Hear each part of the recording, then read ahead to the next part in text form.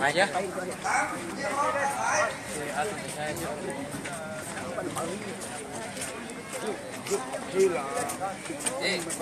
Cho hai chục nha. Anh mà có hai năm. Anh mà. Chưa em ơi.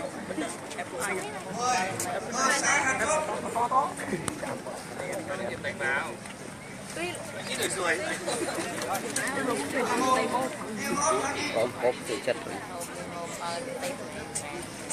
Lui à. 12 Dông Hào 13 Ca Ra Răng Ca Dương 14 Đây thì cho Thiên Hót Georgia 15 Thiên Hót Gia Linh 16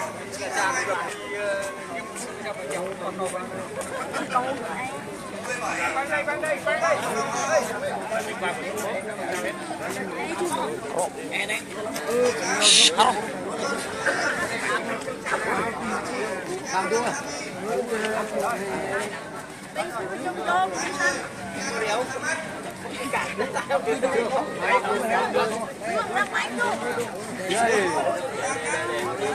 Chị ngồi đi. Ông nữa nữa. 22 Tôi Đức Yên Rang Đi nhờ là tiếp nữa. 23 Anh nhớ làm được tâm rồi. Nào ơi mình cho cái thân này.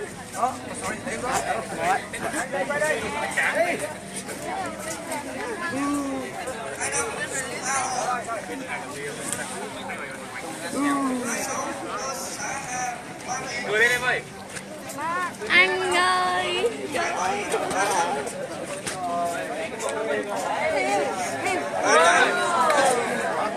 Cái lên. Chắc. Lực cái liều. Cái liều.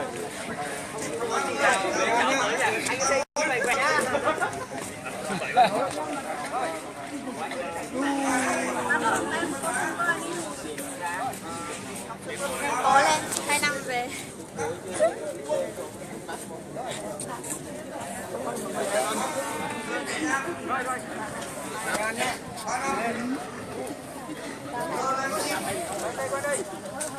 Tin kìa.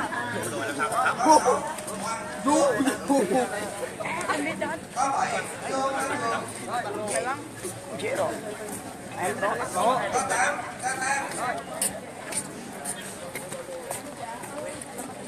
39 40 Ôi chết rồi.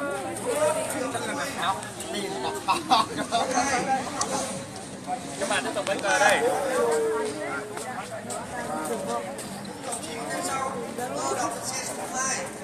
một và thế anh Quay ra đây tụi mình. hai Đinh Văn Tiến Thử bỏ lại đây. ba Lê Đại Dương Thử đây. Không phải. Ê này nó tôm là tuyết. Tụi chân he tụi hẹn.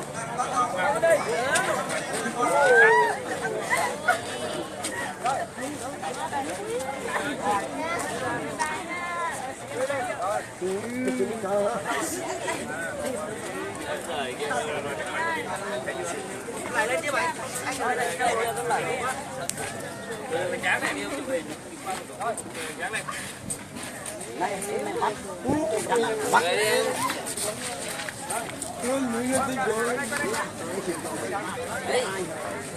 cười lên sao phải không?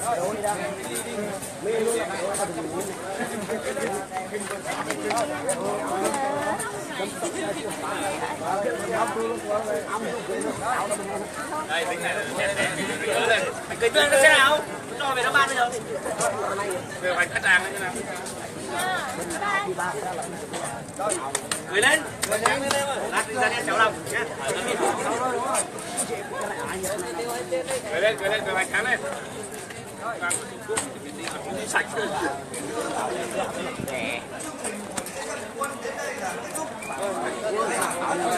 Trời ơi, trời ơi. Thôi đừng về chưa đi.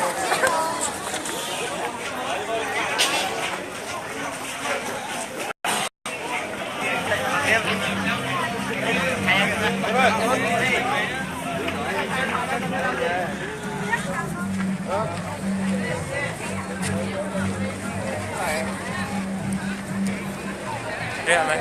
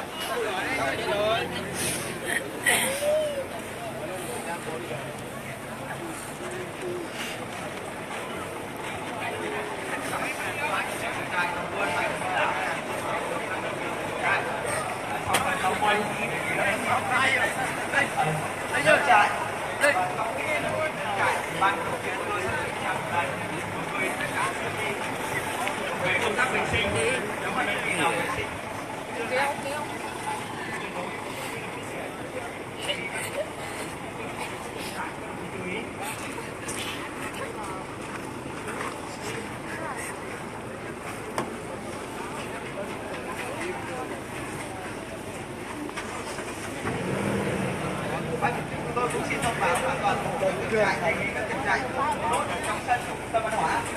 Còn một số quân dụng đề nghị các đồng chí đốt ở bên ngoài. Bên ngoài không đốt ở trong sân của trung tâm văn hóa. Ngoài ra thì có cổng của trung tâm văn hóa phía bên tay phải. Các đồng chí sẽ không cần thiết ra và đốt ở đó. Tuyệt đối không đốt ở bên trong.